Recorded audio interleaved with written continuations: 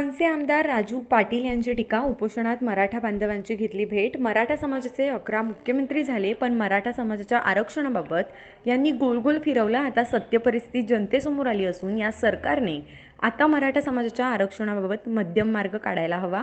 तसेच खरी परिस्थिती समाजाला सांगणे आवश्यक आहे, अशी टीका मनसे आमदार प्रमोद राजू पाटील यांनी डोंबिवलीत पत्रकारांशी बोलताना केली. तसेच गुरुवारी डोंबिवलीत सकल मराठा समाजाकडून इंदिरा चौकात साखळी उपोषण सुरू केले असता आमदार पाटील यांची या ठिकाणी मराठा बांधवांची भेट घेतली असून मनसे आमदार प्रमोद राजू पाटील म्हणाले, मराठा योद्धा मनोज जरांगे पाटील यांच्या आमरण उपोषणाला मनसेचा पाठिंबा आहे. तसेच मनसे अध्यक्ष राज ठाकरे यांनी जरांगे पाटील यांची भेट घेऊन त्यांच्या तब्येतीची विचारपूस देखील केली. तसेच बुधवारी सह्याद्री येथे पार पडलेल्या सर्वपक्षीय बैठकीत सरकारने खरी वस्तुस्थिती सांगितली असून या सरकारने मनोज जरांगे पाटील व मराठा बांधवांना याची माहिती देणे देखील आवश्यक आहे. जरांगे पाटलांनी केलेल्या उपोषणाला सर्व राज्यभर पाठिंबा मिळतो. सगळे उपोषण होतं. आता हे डोंबिवलीमध्ये अशा प्रकारे साखळी उपोषण केलेलं. आज तुम्ही त्या उपोषणकर्त्यांची भेट घेतली आहे. तुम्ही काय भावना आहे, तुम्ही त्यांना काय सांगितलं? नाही, आमची पहिल्यापासून या आंदोलनाला पाठिंबाच आहे. जे पूर्वीचे पण शिस्तबद्ध पाठिंबे मोर्चे निघाले होते त्यालाही मान्य राजसाहेबांनी त्यांची स्तुतीच केली होती आणि जरांगे पाटील साहेबांना भेटूनही आले. ते त्यांची तब्येतीची विचारपूस केली होती. काल माझे मित्र धनंजय चाळके यांचा मला फोन आला की असं आम्ही उपोषणाला बसतो. तर बोललो ठीक आहे, मी नक्की येऊन जाईन. आम्ही परवाची आमची मीटिंग झाली, त्या संदर्भातल्या काही गोष्टीही यांना सांगितल्या की सरकार इतके दिवस बरं बोलत होतं. काल पहिल्यांदा आमच्यासमोर खरं बोललं. परिस्थिती काय आहे ती आम्हालाही समजली, त्याची जाणीव यांना करून दिली की काही गोष्टी आहेत त्या प्रोसेसने गेल्यावरच होणार आहेत. त्यासाठी खरं तर सरकारने मराठा समाजाला विश्वासात घेऊन त्या गोष्टी सांगणं गरजेचं होतं, जेणेकरून हा उद्रेक टाळता आला असता. अजूनही सरकार लवकरच होईल, थोडा वेळ द्या असं सांगतात, परंतु स्पष्ट काय प्रोसेस असेल, किती वेळ जाणार हे अजून तरी या क्षणापर्यंत तरी माझ्या माहितीप्रमाणे कोणी सांगितलेलं नाही आहे. त्यामुळे माझी सरकारलाही विनंती आहे की त्यांनी समाजापुढे जाऊन जरांगे पाटील साहेबांपुढे जाऊन त्यांना या गोष्टी सांगाव्यात. त्यांना जो आमरण उपोषण चाललं आहे तो सोडण्यासाठी विनंती करावी, जेणेकरून महाराष्ट्रात जो उद्रेक चालू आहे, काही ह्या आंदोलनाच्या पाठीमागे काही अजून काही शक्ती ज्या मराठा समाजाला बदनाम करण्यासाठी काही गोष्टी करतायत किंवा नाहक हा समाज आमचा बदनाम होतो आहे, त्याच्यामुळे ह्या गोष्टी टाळता येतील. ह्यांचा कुठेतरी मॉरल सपोर्ट वाढवण्यासाठी, यांना समर्थन देण्यासाठी आम्ही नेहमीच असतो. त्यासाठी इथे आलो आहे. त्यासोबत या गोष्टी त्यांना सांगण्यासाठी. गृहमंत्री सांगितले की जे हिंसक वळण जे मिळते आहे, जे आंदोलन करू, परंतु जरांगे पाटलांची अशी भूमिका होते की अशा प्रकारचे गुन्हे दाखल करून ते मागे घ्या. नाही, खरं तर काल पण आम्ही तो विषय घेतला की तुम्ही जेव्हा 40 दिवसाची वेळ दिली तेव्हा काही गोष्टी मान्य केल्या. त्यातली एक गोष्ट ही होती की मागच्या वेळेस जो लाठीचार्ज झाला आणि त्यावेळेस जो उद्रेक झाला त्या लोकांवरचे तुम्ही गुन्हे अजून मागे नाही घेतले आणि आता नव्याने गुन्हे दाखल केले. कुठल्याही हिंसेचं समर्थन कोणीच करू शकत नाही, मराठा समाजही करत नाही. ज्या प्रकारे घरं वगैरे जाळण्याचा प्रकार झाला, मराठा समाज काय त्याला समर्थन करत नाही आहे. परंतु त्या आधीचे गुन्हे त्यांनी जो प्रकार झाला तो एकदम वेगळा प्रकार होता. ते गुन्हे सरकारने मागे घ्यायला पाहिजे होते त्यावेळेस.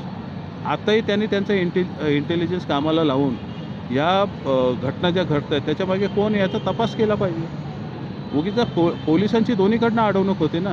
लाठीचार्ज केला तरी त्यांना निलंबन होतं आहे आणि अशा वेळेस बघ्याची भूमिका घेतली तर त्यांच्यावर टीका होते. अशा वेळेस सरकारने मग पोलिसांच्या मागे पण ठाम उभं राहायला पाहिजे, हे तेवढंच करेल. आरक्षणासंदर्भातलं सर्वपक्षीय जी बैठक झाली त्या बैठकीत काय ठरलं? या बैठकीत सत्य परिस्थिती काय आहे ती समजली.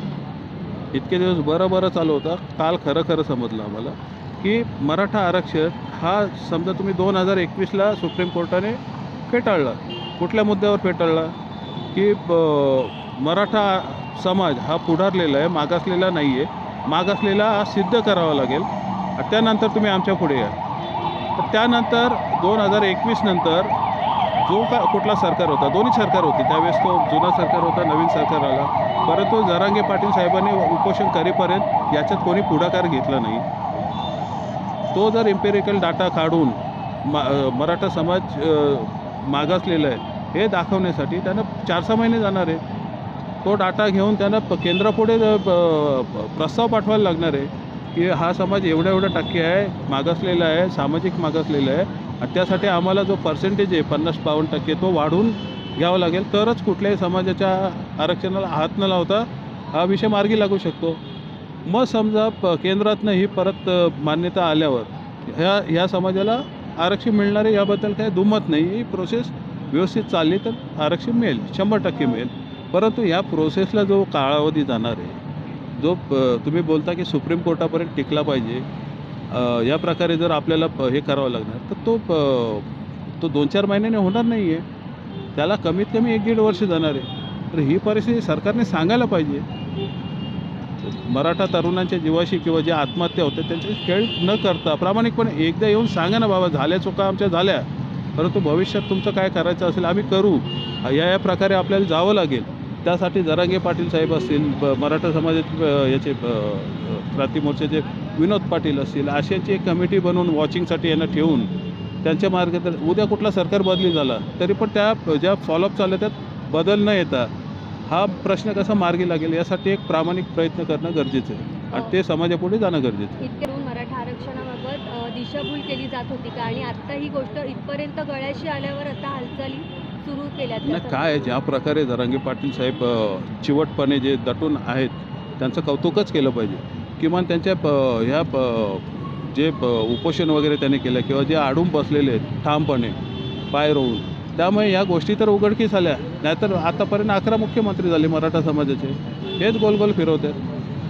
परंतु आता कुठेतरी सत्य परिस्थिती त्या निमित्ताने काय होईना लोकांपुढे आलेली आहे आणि मला वाटतं आता त्याचा मराठा समाजानेही आणि सरकारने स्वीकार करून एक मध्यम मार्ग काढून एक सामंजस्याने सर्व तोडगा निघेल असं मराठा समाजाला आश्वासित करून यापुढे वाटचाल करायला पाहिजे.